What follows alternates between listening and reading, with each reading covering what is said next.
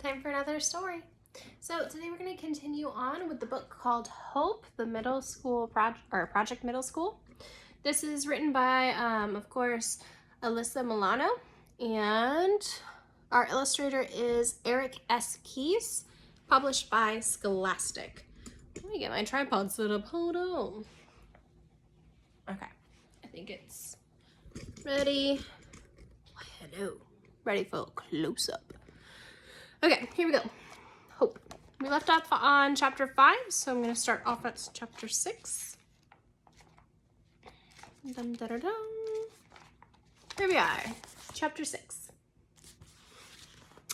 Everyone makes such a big deal over the first day of school. What about the second day of school, when you have to deal with the fallout of an embarrassing first day? I slide into my seat in science class unnoticed. Phew!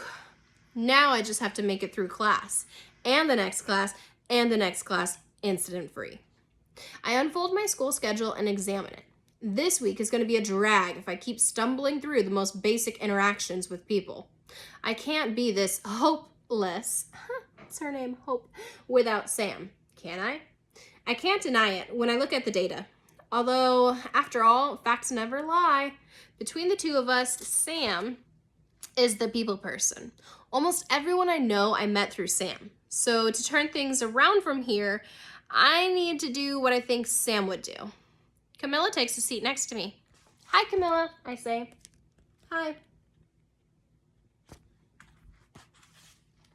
While Mr. Gillespie is in the doorway talking to a teacher, chirping breaks out in all corners of the room. Camilla and I, though, sit in awkward silence. Now's my chance to make things right. I looked up the origin of my name, I tell Camilla. Roberts is from England, but I've never been there, and neither has my dad. I shrug.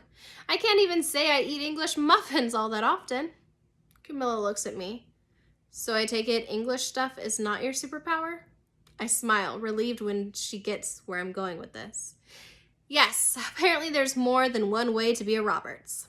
Camilla shakes her head, but the corner of her mouth curls. I'm sorry I jumped to conclusions about you. All that talk about Spanish superpowers was nothing but super judgy. Yeah, it was, said Camilla. Milo, he says hi. Don't forget about me. Stop it. Milo, I think the mailman's here. Is there a package? Is this the Amazon guy? Be nicer. All right, back to us. And Super Judgy is a comic book character who probably would have had like the weirdest costume. It wouldn't be a good look, for sure. We both snickered. Are you ready to learn about some science? Mr. Gillespie is asking the two of us. We hadn't realized that the surrounding chatter had stopped. We nod. Well, this class was almost incident-free, but I'm okay with that. If you flip through the comic book highlights of the next few days, the action panels would play out like this. Wednesday, a science pop quiz. Panel 1, me thinking I did great. Panel 2, me hoping I did great. Panel 3, the bubble above my head reads, why is Mr. Gillespie taking so long to grade these quizzes? Thursday, Camilla and I eat lunch together. I bring in English muffins. I think I've made a new friend. Friday, it's here, the first day of the after-school science club. But first, I have to get through the school day. First up, Mr. Gillespie's class. I sit tapping my feet, watching Mr. Gillespie snake his way through the classroom with a stack of papers, the scent of peppermint candy wafting behind him. It seems like he's handing out the quiz results to everyone but me. Did he lose mine or something? He randomly makes a stop at a few different desks and walks right past mine several times. Come on. It's like getting faked out by a waiter carrying a tray of yummy dishes while you sit there and your stomach's growling. Reactions are erupting in different corners of the room. Some people sit back and sigh in relief. Others hunch their shoulders and flip their papers face down. Mr. Gillespie seems to be enjoying this, though you can't tell from the dull expression on his face. His deliveries have a touch of dramatic reveal. An extra snap of the paper, a flip of the wrist, a hand flourish. Nice, exclaims Connor, the annoying boy who embarrassed me on the first day. He high-fives his sidekick, Seth. I have to force myself not to roll my eyes. Phew, I hear Camilla take a breath. I pivot to face her and give her a slight smile when she catches my eye. When I pivot forward again, my quiz is finally on my desk, face down. Uh-oh, that can't be good. I swallow down my panic. Now my clammy fingers slowly flip the paper back. 100%? It feels like I'm holding a brand new issue of Galaxy Girl right now. I could dance in my seat. I could shout Yahoo. I could... Miss Roberts, please settle down. The entire class chuckles. Oh my god, oh my god, oh my god. I didn't even realize I had high-pitched squealed aloud. Sorry, I say. I'm grateful the humidity has made my hair a little bit bigger today. I look down and let the curly strands curtain my face from all the stares. Squeals slip aside. I walk out of class with a bounce in my step. Things are looking up. I aced the quiz and science club is just a few hours away. Ending this first week of school on a high-pitched note, I got this. The science club meets in what looks like a cool robotics lab. There are all sorts of gadgets and equipment and counters lining the walls. Mr. Gillespie is setting up a screen for a presentation. In the center of the room is a big U-shaped table. There's plenty of space there to tinker and experiment with things up close. Plus, the small bowl of candy at each end looks so inviting. I see a familiar face around the room, Camilla, a quiet girl from my language arts class named Grace, and Shep and Connor. Great. I take the empty seat between Camilla and a boy wearing a basketball jersey. He just helped himself to 2 pieces of candy. One he eats and the other he saves in his pencil case. If Sam was here, she'd make sure to notice that this boy is kind of cute. But I'm not noticing. I'm making an observation. Hey, I say to Camilla. Hey, the boy answers back instead. Oh, so I guess this is the boy with the jersey on. Hi, I respond, feeling slightly embarrassed for him. Camilla smiles and gives me a little wave. Welcome to the first gathering of the science club. Mr. Gillespie walks in, looking more animated than he does during the day. When he has each of us introduce ourselves, I learned that the boy sitting next to me is a 7th grader named Henry Chen. The only other 7th grader here is a kid named Ezra. We're gearing up for our first science competition. Some of you have heard it referred to as the New Year competition, for obvious reasons. But I like to call it the 3-week dash. In less than a month, we will enter what Let's try that again. In less than a month, we will enter what we will do here in the competition. So, I hope you've come prepared to innovate, declares Mr. Gillespie, twisting a piece of candy wrapper. Everyone sits up and nods enthusiastically. I am clearly not the only one excited to be here. With that, Mr. Gillespie clicks his laptop and a slideshow pops up on the pull-down screen. There are pictures from last year's science fair and all of the robotic competitions.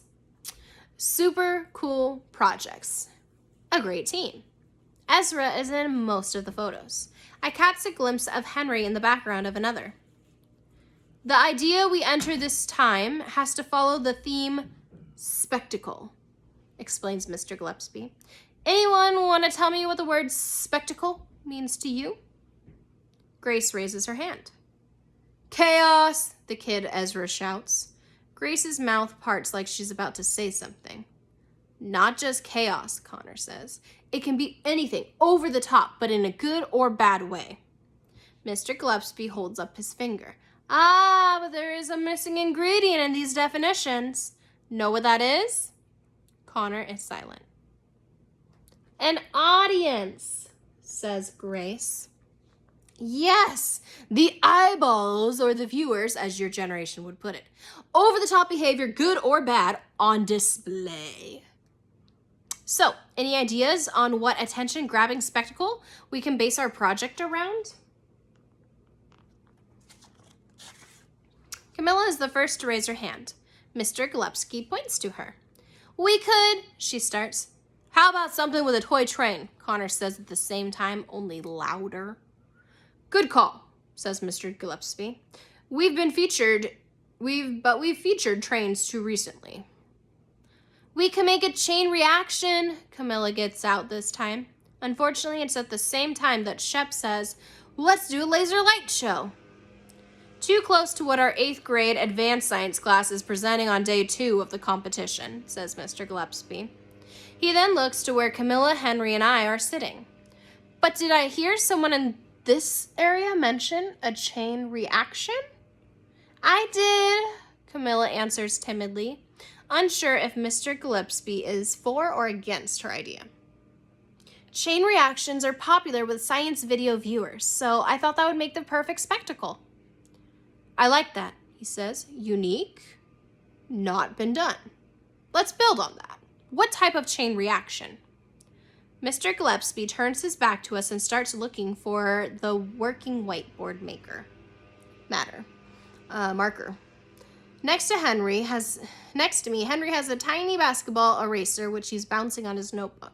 As soon as he rests his eraser on his notebook, he squeezes and, in doing so, accidentally tips it, causing the eraser to roll down the table to his pencil case. There it shakes loose the piece of candy he tucked inside, which then slides next to me. Help yourself to a starburst. Henry gives me a cute nice smile. That's when the idea hits me. We can make it a Rube Goldenberg.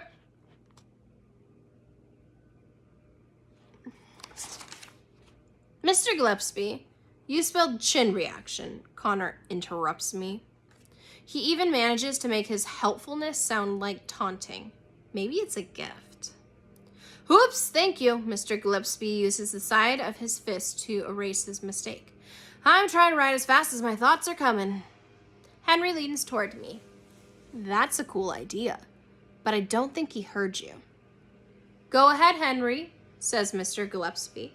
You were saying something we can make? Grace and Camilla exchange a look across the table. I glance at them both, and the three of us widen our eyes like, seriously? It wasn't me, said Henry. It was me, I say. This ought to be good, says Connor, who's smirking like the Prince of Smirks. With that remark, it's like Connor put a spell on me. My tongue feels tight in a knot. Not. All eyes around the table are on me. I actually have everyone's attention, and I'm about to blow it. Mr. Gillespie sighs. Settle down and be respectful when someone has the floor, please. He looks at me. Miss Roberts? I feel Henry and Camilla telepathically urging me to speak up. I catch Grace's eye, and she gives me an encouraging nod. I try blanking out everyone but Mr. Gillespie. A chain reaction that's like a robotic Rube Goldberg machine, I say, my voice getting stronger. Rube Goldberg machines complete a simple task through complicated steps. But we can take it even further by custom coding robotics to get everything started.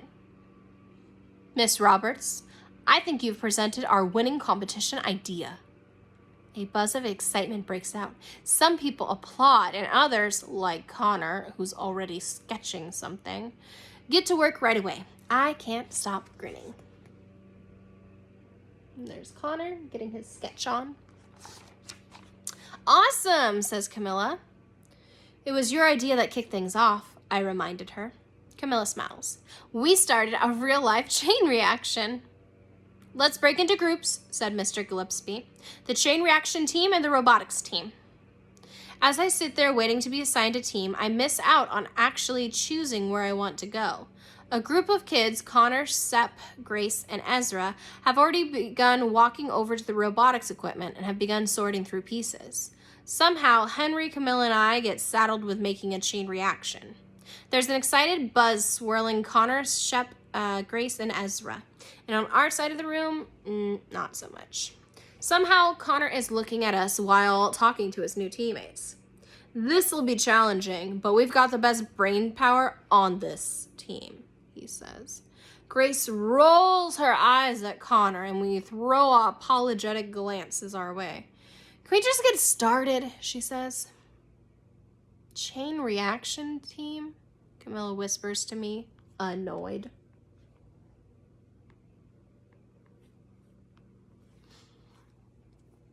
I huff. Let me guess, not your first choice either? The only person happy about this is Henry. You guys, I have so many ideas, he says, tossing his tiny basketball from one hand to the other. Now for the chain reaction, don't view yourselves as a simple domino handlers, Mr. Gillespie says, looking in our direction. What you're going to do is just as important in a competition that's all about spectacle. I don't want to make a bigger deal about this than it should be, but still, this project was our idea, so how did Camilla and I end up here? Chapter 7. The 3-week dash begins now. We decide that the setting of our project is an amusement park, with a tiny model roller coaster and everything. That was Henry's idea. A robot will be programmed to spark a wacky chain reaction throughout the entire park. We're still planning out how exactly everything will unfold. It's super cool and I'm super excited about it. I'm not just loving the whole role in the new... I'm just not loving my role in the whole thing. But who knows?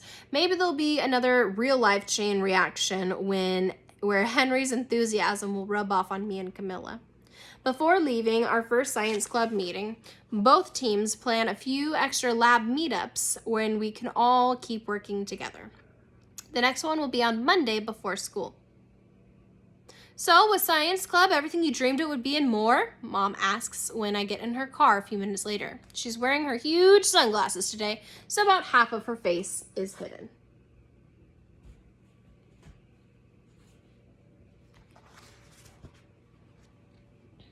Yup, I said, sparing her the awkward details. Good. When she smiles, her cheekbones lift over... Good. When she smiles, her cheekbones lift her shades over her eyebrows. And you're officially completed your first week of middle school. Are you and Sam going to celebrate this milestone? I smile back. I'm not sure yet. I'm waiting for her to answer my text. Sam can be a little scattered and forgetful, so I give her time to get back to me. But when I don't hear from her, by the time I'm walking into my room, I call her on video chat.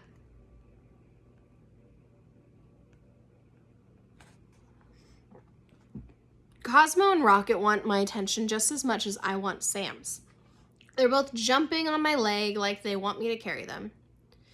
This is important human stuff, guys, I tell them, kicking off my shoes and taking a seat on my bed. I've got to tell Sam about the disaster that was science club. Hey, Sam answers on the first ring. She has the phone so close to her face that I can see food crumbs on the corner of her mouth. I grab the Mars pillow, put it on my lap, and lean my eyebrows on it. Hey, I'm so glad you picked up. I gotta tell you all about... Howling laughter echoes in the background. Are you out somewhere? It's no use attempting to peek behind Sam. Her face takes up the entire screen, just like my hair takes up mine. No, I'm home, she says sheepishly. A strip of sunlight appears across Sam's ivory face. She's walked toward a window away from the noise. Sam lives at home with her mom. As far as I know, all her cousins live too far away for a pop-in visit. A few more voices ring out at Sam's house.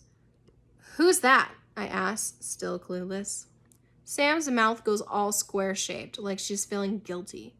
Lacey came over. We're helping each other choose the perfect audition monologue. Oh. And then some of her friends texted, found out what we were doing, and asked if they could come. Before I knew it, we had an instant audience, and they brought snacks. I can see that, I say, gesturing to the crumbs on her face. She rubs them off with a grin. I was totally going to invite you, but you had science club after school. You can come hang out now, though. She sounds apologetic.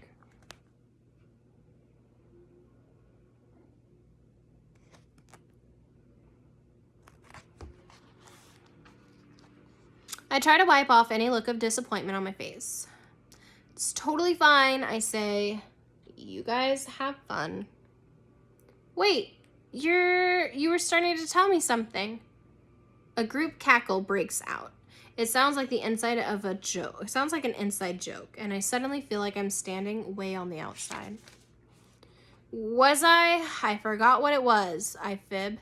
I'll let you get back to your friends. I hang up before she can say anything else. Sensing I'm free now, Cosmo and Rocket get back up to baking. But instead of jumping on me, they trot across the room and start pawing at my dresser. Those two know exactly what I keep in there. Oh, I get it now. You pups don't want me, you want your treats. I smile and shake my head. I'm glad some things haven't changed this week. Once they see me coming, they sit with their tongues hanging out. Treat time! Same old greedy goobers, I tease, dropping 2 bone-shaped snacks at their paws. Don't ever change.